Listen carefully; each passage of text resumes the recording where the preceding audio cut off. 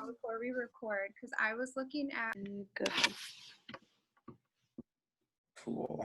All right. Well, it looks like for this activity, which is at the end of chapter 2, we're doing the experimental exercise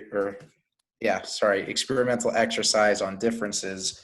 And what it wanted us to do at first is to rate how diverse we think each other are. So I'm just gonna, and it's supposed to be on a scale of 1 to 10. And I'm assuming this is just supposed to be like surface level, how diverse do you think all of us are based on like the little information we know about each other. So I'm just going to write that down now on a scale of 1 to 10. And 10, just see.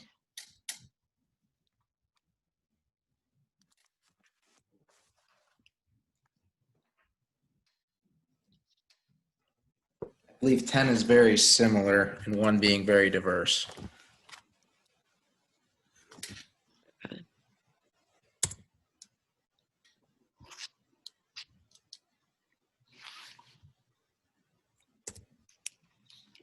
All right, I wrote down my answer. Should we start with the questions? Yeah, that sounds good. What games, toys did you like to play with when you were young? I feel like I always was like with some kind of like sport from what I remember. I don't really recall what, like when I was like super young. But like I feel like I always was playing like softball or basketball or something like that. I played soccer my entire life, like ever since I could walk really. And then as far as toys, my 2 biggest toys growing up were probably Legos, and I was really into like Pokemon cards, like trading cards. Those are like my two things personally, but yeah.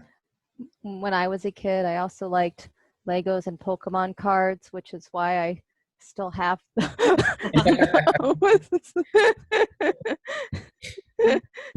Get on Facebook, they're going, I don't know why in my marketplace they still show me like Pokemon cards and stuff, and they're a lot of money. It's like, dang, I really should would have hung on to those. Well, if you want to know why, a YouTuber got really into them, and it shot all the Pokemon card prices really up. So even getting a box that was 100, now it's up to 130. So it's kind of upsetting, actually. So it's like Bitcoin. Yeah. Well, I played with Polly Pockets. That's what. Those are so fun. Did you have like where they like to put the little plastic clothes on them? Yep. Oh yeah. Oh yeah. Those And Webkins. I didn't have those. I had like 30 Webkins. I can't believe my parents spent that much money on Webkins. I played with Barbies and games. We would play dominoes outside all the time. I also have Pokemon, and I don't know if you guys remember, Burger King used to have the toys, the gold ball, and I had the gold thing. I still have those downstairs. I have a Pikachu one. I love those. I think they're so funny that people are, I just love them because they're just so out there. Nerd status. I love it. Okay, so the next question, what do you consider to be your most sacred value and why? Can you say that again? Sorry. What do you consider to be your most sacred value and why? Sacred. Yeah, I don't know how I feel about it. I'll say mine. Mine's actually I'm wearing. It's my grandfather's ring. He gave it to me as a little girl. I usually always wear rings. And he gave me one that he thought was gonna fit. And it's huge, but he ended up passing away, and I always wear it, and I love it because also at the hospital we get a lot of creepy people. Everyone thinks I'm married, and it actually kind of shoos away people, so kind of funny. But I would say that is my most sacred value. It's not worth much, but everything to me, if that makes sense. I don't know if that's what the question was asking, but that's how I took it. You value your family, your ties and things like that, and you have a reminder of it, and that's really nice. That's really wonderful. Yeah, I mean, I think I don't know if it's asking like a possession or like a trait or I mean, family is probably my most sacred value I could think of. If it was like a personality trait, I guess maybe I guess honesty / like trust, I guess, would be pretty high up there. But like as far as family, yeah, I mean, family values, family always comes first for me. So I don't have a ring or anything. I'm hoping to get my grandfather's watch though. He's got a really nice like gold watch. He's getting up there in age, but I'll probably take that from him when he's whenever he does passes, because he's had it for like years, and actually his dad had it and he doesn't even wear it as much anymore. But I'll probably take that once, whenever the time comes. Maybe Yeah. he'll give it to me before he passes away. I'm not sure. You always like to have things around you. Go ahead. I'm Yeah. sorry. No, you're fine. I'm like big on quotes. So like anytime like I read a book and I like a quote, I always write it down. But one of my favorite quotes is "Well done is better than well said," and I actually have that on my like tattooed on my wrist. I think just like kind of like actions speak louder than words type thing. So like I'm big on like just like doing things more than just like saying it. So I would say like I guess that is probably something. That's really cool. I like that a lot. I'm I trying got to a think lot of too. the book is called Hard Hat. If anyone It's a wants to read Oh, that. really? Yeah. So it's a good book, but yeah. Yeah, I need to start reading books like that anymore just because this last year has just been such a downer. I'm like, I got to get back into like a better mindset. Yeah, no, it's a really good book. We actually got it. Our coach gave it to us to read one summer before coming back for practice. And usually I'm like, I don't really want I don't want to like be forced into reading it, but I actually Mhm. really enjoyed it. That's really cool. The next question is, are you spiritual at all? I guess I'll just go. So I am spiritual. I'm not Catholic. I know Walsh is a Catholic university. I'm a Christian, and um, I'm spiritual, but I'm not as spiritual as I probably want to be. I'm working on it. We're actually trying to get to be going back to church more frequently.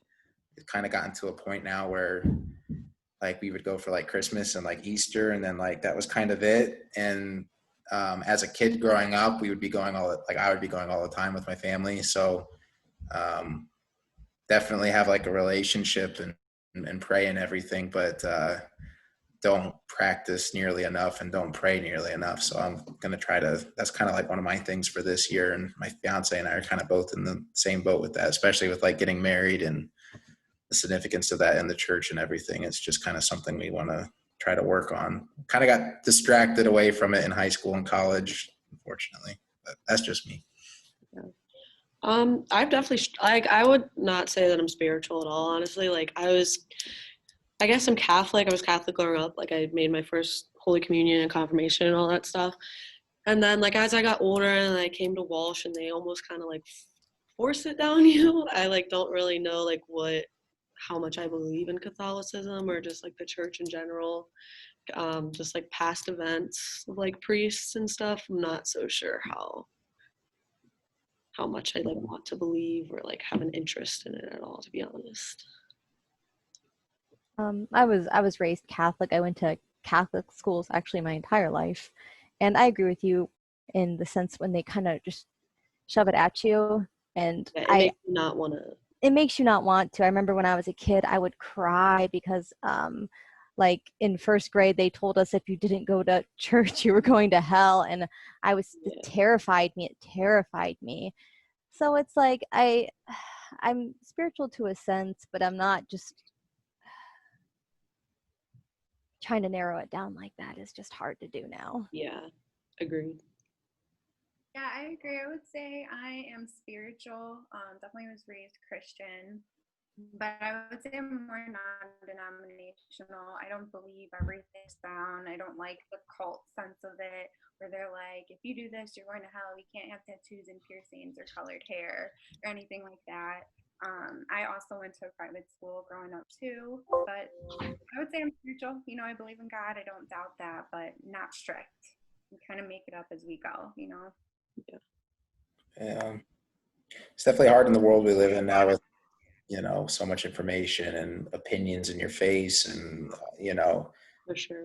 there's a lot more information out there than 50 years ago when all of our parents were growing up and everything. It's puts in a Black and a white. lot of things.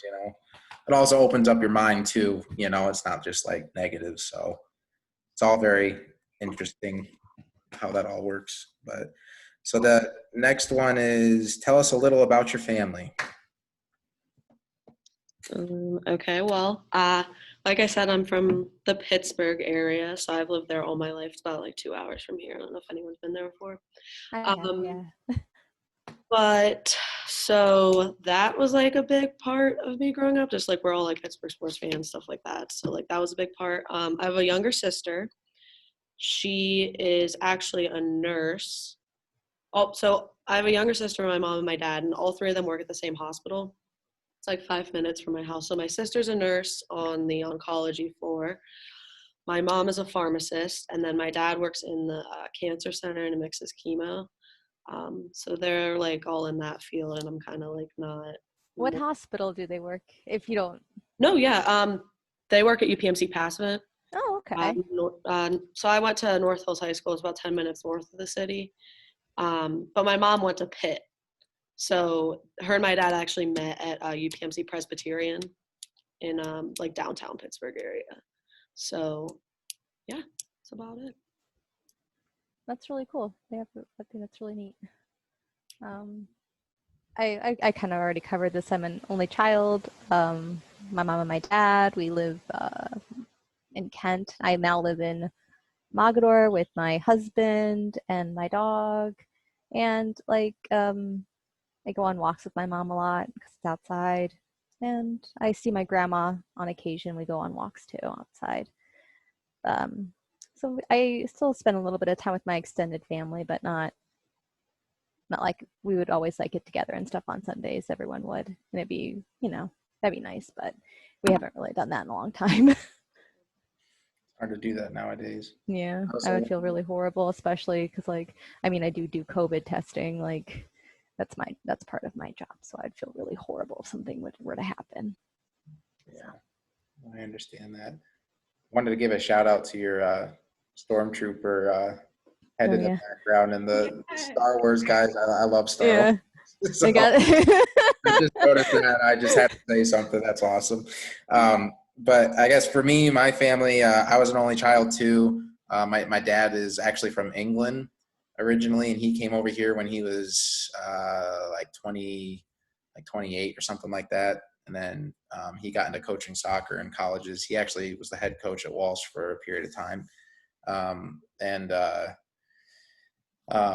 grew up only child from Tiffin, Ohio, and then Ashland, Ohio, and then now I live in North Canton, and I'm really close to my fiance's family now, which is nice. They're like live in North Canton here, and then I see my family in Tiffin relatively frequently, like maybe once every like 2 or 3 months, and for like holidays, that's about it. And then my dad's down in Florida now, so I don't really see him too much, but like we talk weekly, so relatively good relationships with my family, which I'm happy about. Not everybody gets to have that, I know. That's really cool though that your dad came from England. I'm sure you get that a lot though, but it's always exciting when someone comes from someplace else. I wish I would have. Everyone always asks why I don't have an accent, and it's because I just grew up around a bunch of Americans, and I don't hear my dad's accent at all, which is weird. Like it just sounds American to me, but like it's because I'm so used to it, I guess. But everybody else is like, your dad's accent's so cool. And I'm like, I don't even hear it. Thanks. So was your dad, what years did he coach? I was in like the archives, like stats. He was here. So his John Hall is his name. I'm Keegan Hall. Oh, okay. So he was before Meade. Yeah, he would have been, I want to say like 2011 to maybe 2010 to like 2015 or 16, maybe something like that. Gotcha. Yeah, I definitely recognize that name. Yeah. And then I had Andy's the coach right now for soccer. August, he took over my senior year. And then I know the other Andy with the long hair, I know him really well. He's actually invited to our wedding. So he's a cool guy. He's super, super nice guy. He's a really, really good person. He cut his hair. Did he? He did cut his hair. You guys don't know this guy's hair used to be down to here, so that's a big deal. And you kind of look like a caveman, but that's awesome. I didn't know that.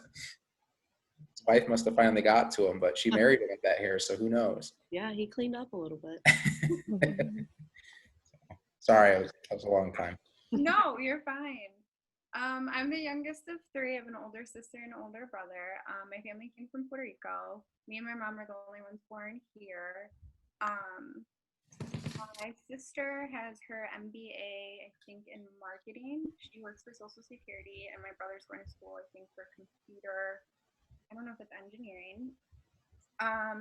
I think one of the coolest things about my family is my parents met in Puerto Rico. My mom ended up going back over there when they were 14, so they've known each other literally their whole life. They were neighbors and went to school together. And That's so nice. I know, it's so cute. They got married and came here, and my dad always said the hardest thing for him was not knowing English, and he got his master's at Cleveland State. His undergrad in Puerto Rico, and he did not know the language, and he didn't walk, and he said he wishes that he did. My dad has a really thick accent, but it doesn't sound Hispanic. A lot of people mistake him for Arabic, but his accent cracks me up because he can't pronounce things. And then it's funny because Spanish is my first language, but my accent's not in English. It's in Spanish because I dominate in English, if that makes sense. So they're always like, "Oh, your accent's so cute," and I'm like, "I'm not trying to be cute. This is why I'm trying to speak Spanish." That's really cool that you're bilingual, though. That's Yeah, that is super. I really wish that's just cool, and especially since it's so natural. Obviously, if that's your first language, Right. that Never too late to learn. I can barely speak English, let's be honest. Like sometimes when I go to spell something, I'm like, oh, that's rough. Oh, Spanish grammar is horrible. I can't do it. Like I naturally know it, and I translate in English, and it's something like I always ask people. I'm like, "Do you dream? What language do they dream in?" Oh yeah. My dad that, and it really stumped him. But like you're constantly translating. Like I won't even notice my parents are speaking Spanish because I translate it in English. What language do you dream? I'm in English. So I think my dad's probably Spanish though. My grandparents were definitely Spanish too. But it's kind of weird to think of all of that. Never even considered that question. Nope. I know. Because I had a Spanglish dream before. Like I really and you notice little things like that. And I'm like, whoa. Like this was woke for a second. But yeah, that's pretty much with my family. Now, I'm from Cleveland originally. I was born in Fairview and then raised in Avon, I guess. Well, kind of both. But yeah. Cool. Cool. The last and final question, and this one I guess will be pretty easy. Is where's your favorite place in Earth and why? So I'll try to keep it brief because I know we got the other stuff too. My favorite place on Earth is I'm in two minds about what to say. I really like the beach, like Cancun on a resort would be very, very nice. But like, I don't mind being home. I'm kind of a homebody and I like just relaxing. I guess that kind of goes along with the beach. So I'll just say the beach. That's probably my favorite place just because it's so nice to relax and if you're at a resort, have drinks brought to you. But I'm hungry, so my first thought was like to a restaurant. But I was gonna say the beach too, but I really like the East Coast area. So like I love like we've always gone to like New Jersey and like Ocean City, New Jersey and Delaware growing up. So like I just love it there. I'm gonna piggyback off you and say I like going to Ocean City, Maryland, because that's where we always used to go when I was a kid. That's where all of our family time was, and I have really fond memories of that. So like I like that, and it's kind of cool to see too. If you go to a place year after year, you can really see how much it's changed, and that to me is kind of cool too. Mine would actually be 2 years ago. I went to Turkey with one of my coworkers I met at Cleveland Clinic. She was from there, and I absolutely fell in love with this country. Completely different from here, diverse, and it's kind of like stuff between European and Middle Eastern.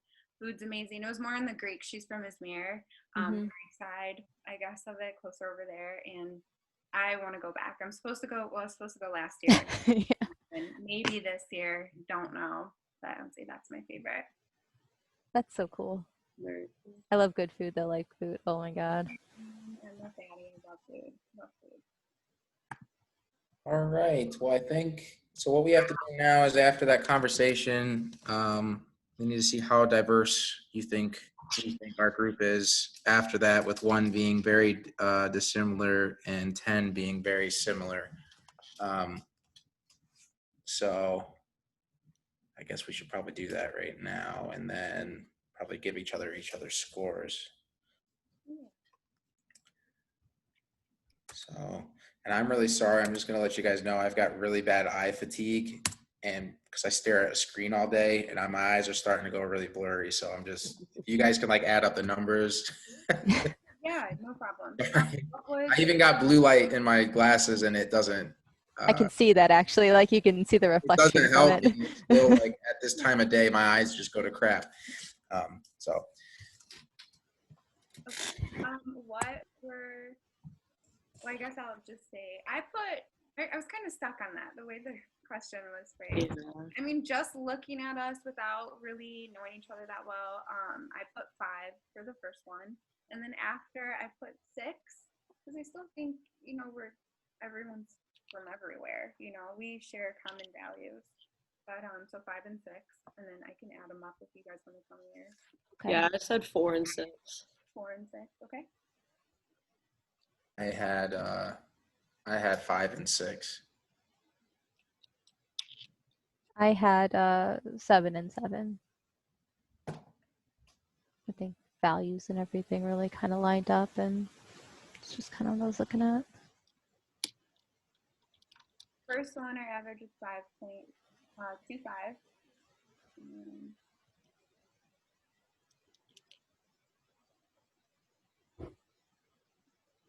And then 6.25. Say 6.25. Yeah, 5.25 and then 6.25. Okay. So then what's the next section if someone could? Did your personal rating increase after the discussion time? Yes. Oh, we have to share with the class the differences between their averages. Oh, okay, never mind. I'm sorry. Yeah, did the personal rating increase after the discussion time? So yeah. Yes, it did. And I guess the reasoning behind why I think it increased is just obviously, I think you're always going to probably increase to more similar once you talk to people. You Right. find connections and similarities. Just not on the surface. I'd almost think it'd be really surprising if someone, well, I wouldn't be offended or anything, but I think it'd be weird if unless we were all completely different, Yeah, there's always a possibility. We are in certain ways, we're diverse, but yeah. So I guess it could go either way. It's kind of interesting that it went up, I guess.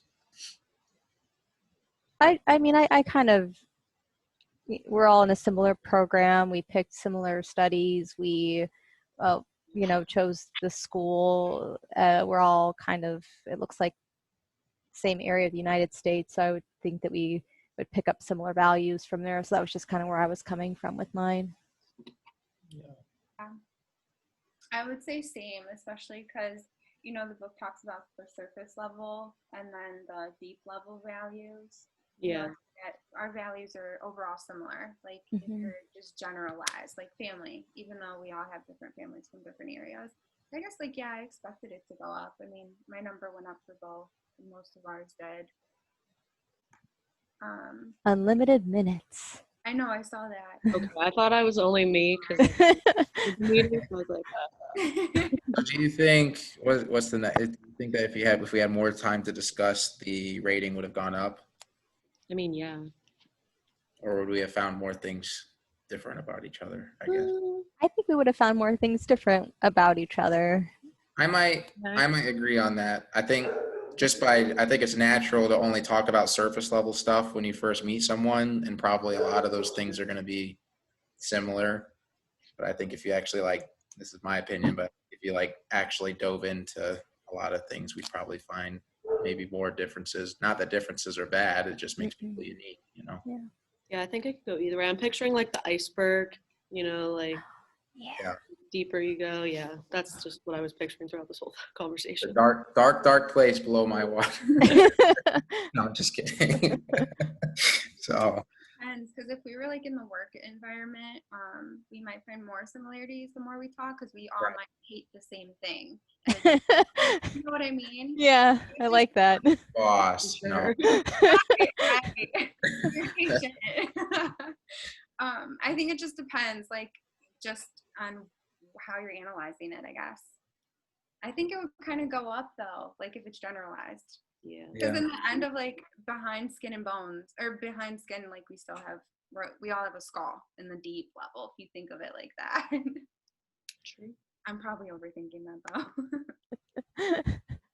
So the last one is what do you see as, I'm sorry, actually someone better read that. Oh, what do you see as the role of surface level diversity and deep level diversity in groups' acceptance of individual differences?